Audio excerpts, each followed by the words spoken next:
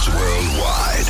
And it goes through to the boundary. This is where sport breaks, bends, and gets told straight. All of us there have our smallanyana skeletons. Hashtag MSW on 947, Boomer FM, Rise FM, and Sowetan Live. Well, I guess after this World Cup, FIFA will have their Smolanian skeletons, eh?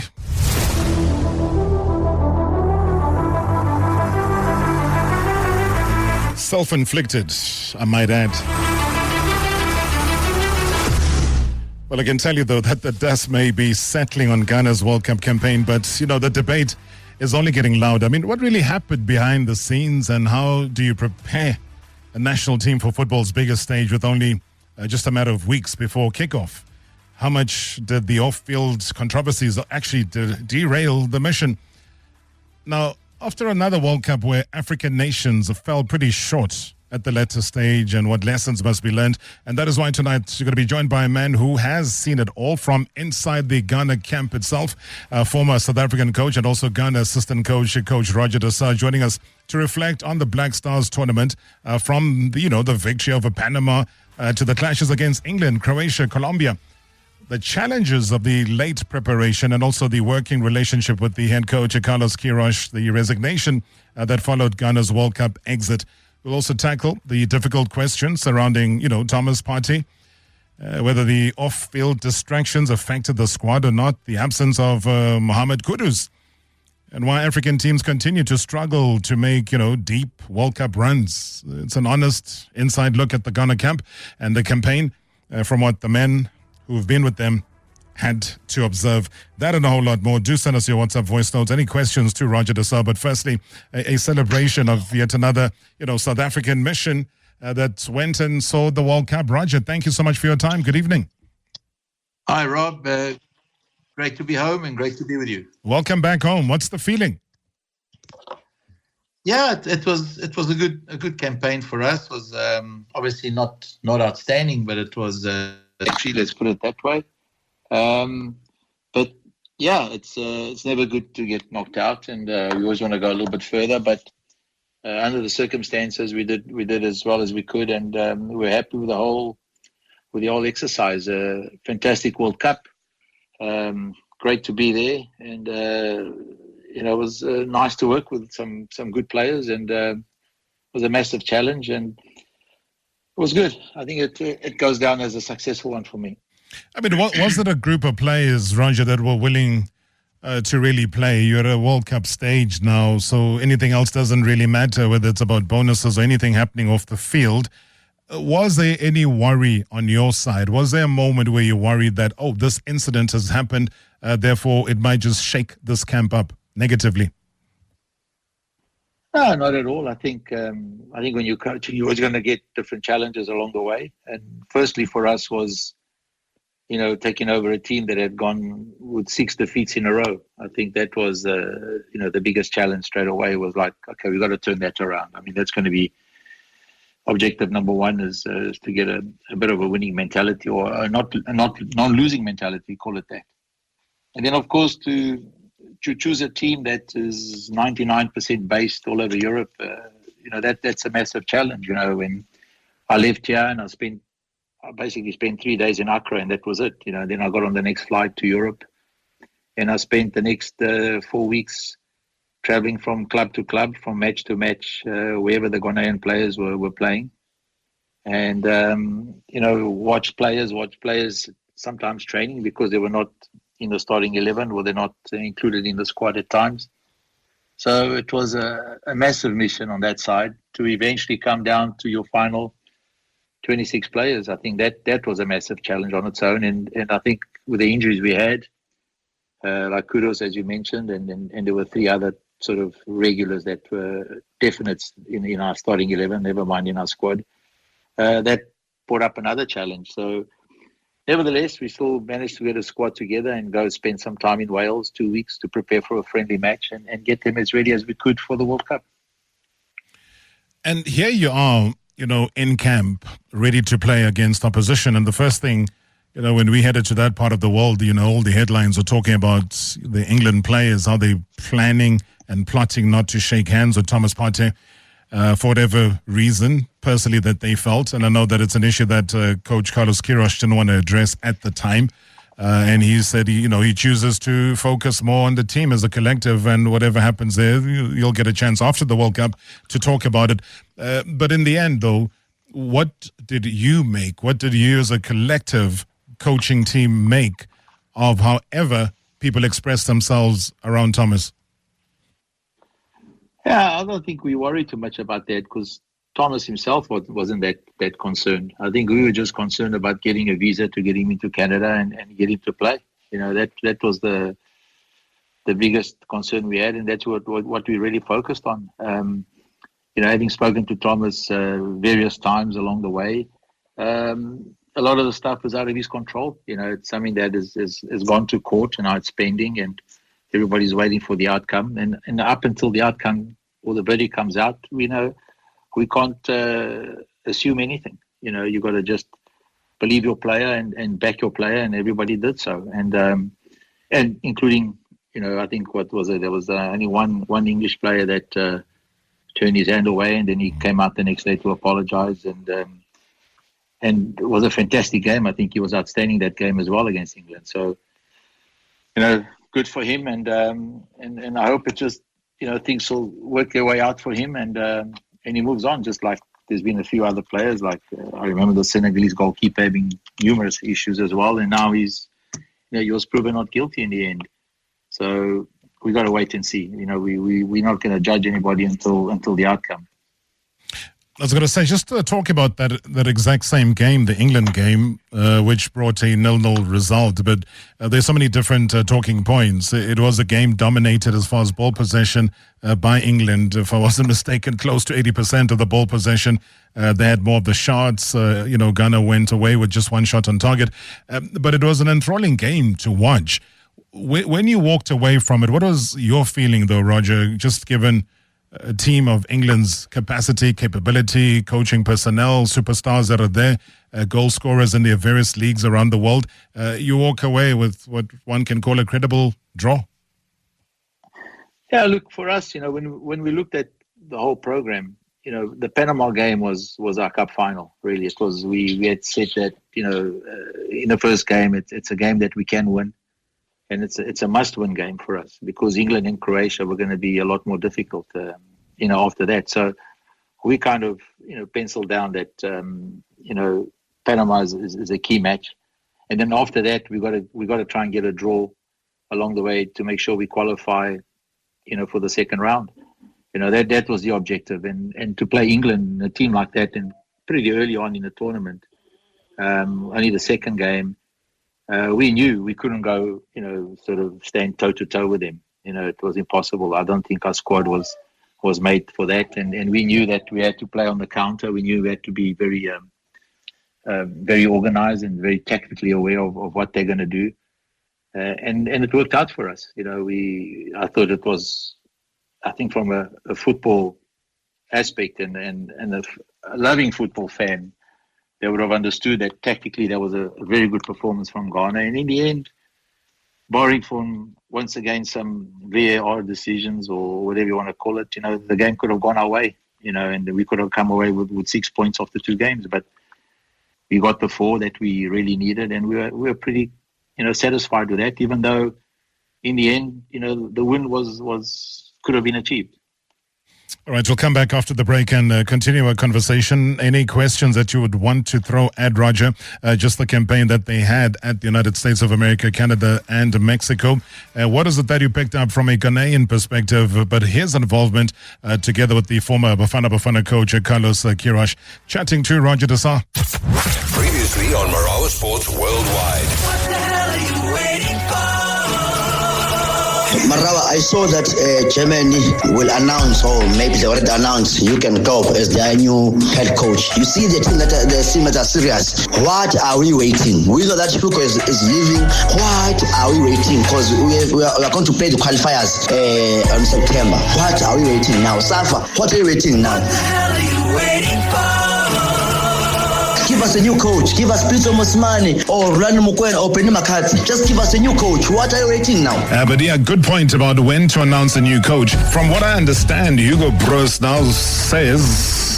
We'll see. We will take the decision in the next days. He wants to take Bafana Bafana to the Africa Cup of Nations. He wants to win it with Bafana Bafana. And if he says he wants to take Bafana to the Africa Cup of Nations, then what do South Africans say? Maybe you can help me out.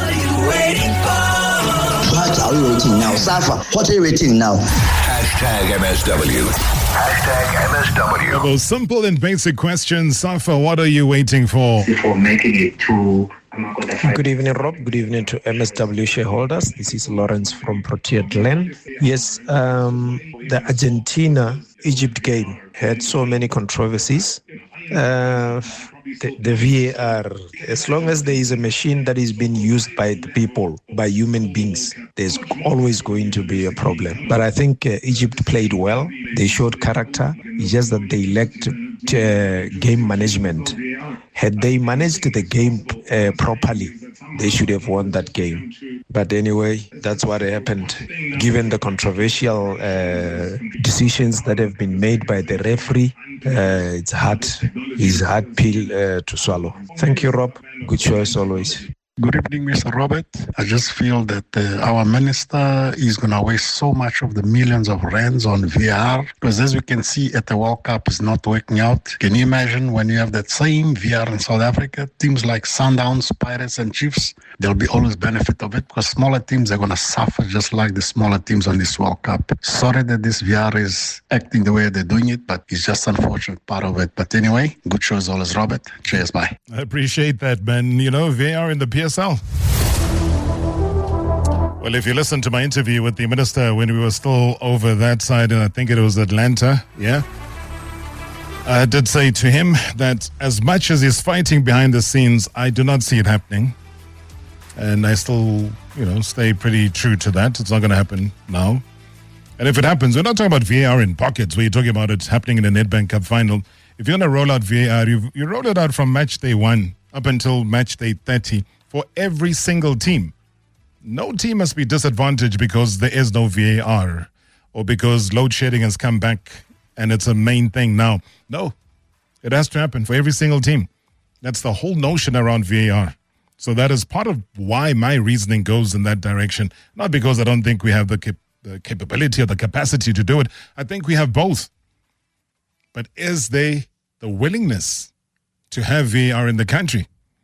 Is there a united front to say, let us have it at all costs? Roger Desar is my guest. He is back in the country. Roger, I don't know, man. What's your feeling about VAR? Yeah, I think having been involved with it from initial stages, I think when I went to Egypt a couple of years ago, 4 or 5 years ago, there was already VAR there being implemented. And in Qatar as well, it was implemented at every game. I found that, initially when VAR started, Rob, I think it was good. I think you sensed a bit of calmness from supporters, from players. When it went to VAR, the players were satisfied. The players were convinced that the right decision would come out if there was any doubt, and that was good for the game. I think what's happening now is that this whole thing about it only goes to VAR if the referee wants it to go to VAR. And then when does it go to VAR? And that is the question that's coming up. And then obviously you're also getting some inconsistent decisions on VAR. We had a couple of decisions. We had one against Panama where the fourth official said to us, it was a penalty appeal. They went to VAR. There was a touch on the player's foot. The player went down. But because the player was running in a direction away from the goal, it was not a penalty. And those are the things you got to ask. This is at top level officiating. It's a foul, but because he's not running towards the goal, it's not a foul. Where does those things come in? Those are human errors, and that is the biggest factor that we're fighting with at the moment. I think that's all controversies around is the human factor that's still in there, and it's causing a lot of havoc amongst everybody. I mean, if you just watch, as the social media is going crazy about it. And the sad part about it is some of it is you never really see a bad VAR decision going against one of the big nations. It's quite, that's a point that everybody's noticing. We played England, we had 2 horrible VAR decisions against us that everybody could see. Even the English themselves were saying that was a clear penalty. And that was a clear penalty even from the naked eye, never mind the VAR, and that wasn't given because it was in the last minute of the game. So you got to question those decisions. But unfortunately, what VAR has done to refereeing has taken accountability away from refereeing. The referees blame VAR blame the referees, and nobody can point a finger at anybody. And I think that's the sad part. I mean, you've coached the Egyptian national team. You watched last night and you saw what happened. That's been the buzzword. That's been the talk of the town. But not just because people are bored. It's because there's some real facts that people are presenting, some real challenges that they're throwing at the foot of and at the door of FIFA. What did you make, Roger, of that game and of the officiating and of VAR and everything else? Yeah, look, obviously I watched the game and I was a little bit biased towards the Egyptian side, as I know a lot of the players personally and I worked with them. So I was obviously, as an African also, rooting for Egypt. So I got to be careful that I don't get totally biased, for Egypt. But I did notice there were some decisions that didn't go down well, and they were a little bit inconsistent. That sort of, put it this way, it looked like the field was, uphill for the one team and downhill for the other at certain times.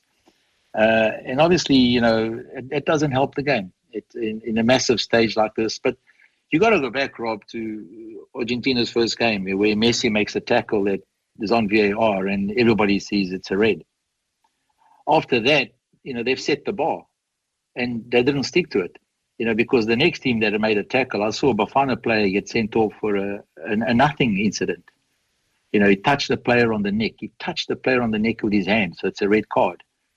Where Lionel Messi puts the studs on the back of a guy's leg and the referee just doesn't give anything. And that's after VAR. And those are the questions that are coming up, What are the rules? So right now, some of the rules are so grey, and that is, that's not helping the game, unfortunately, where VAR was supposed to help the game. I mean, I'll give you a summary of what Augusto Palacios, the great prophet, just sent me now. He says, you're very good. The topic about VAR, he says, with football, you lose the competition aspect because of technology kills the passion, the creativity, the emotional preparation in football a long time. He says it takes the game, for a disallowed goal to be called. He says football needs, to respect the laws of the game and respect the decisions of the referee. He says, yes, offside penalty, I understand, but the rest is really bad. He says football is about, the display of performance, scoring, saving goals, etc. But this World Cup is more commercial. For example, he says Mexico, USA, the national team plays the entire game in his country, but Canada not. Why? He says there are more games in the USA. The country needs to fly, to travel long, just like the other nations did. But the VAR needs to be restructured for all the countries, need to have the opinion and comment, not only the FIFA committee. And he says, thank you very much for that opportunity. He says, congratulations to Carlos and Roger de Sá. In such a short period of time, they managed to do very, very well and pass to the next round. Is not very easy. And also to the players to follow the tactical aspect in all of the games. Well done, great achievement, and not easy indeed for any World Cup. Regards and stay blessed, Roger, from Augusto Palacios. Yeah, look, I think we all got an opinion, Rob, and I agree with what Augusto is saying. I mean, he definitely makes some very valid points there, and it has become a marketing campaign. I mean, the World Cup. I mean, we seem to name it. It's no longer the beautiful game. It's now the game of money. It's like we're basically ruled by by commercials and companies that are financing it, which is pretty sad. Having experienced the World Cup in the USA, I can tell you that it's been a fantastic World Cup in many, many aspects. The stadiums are full.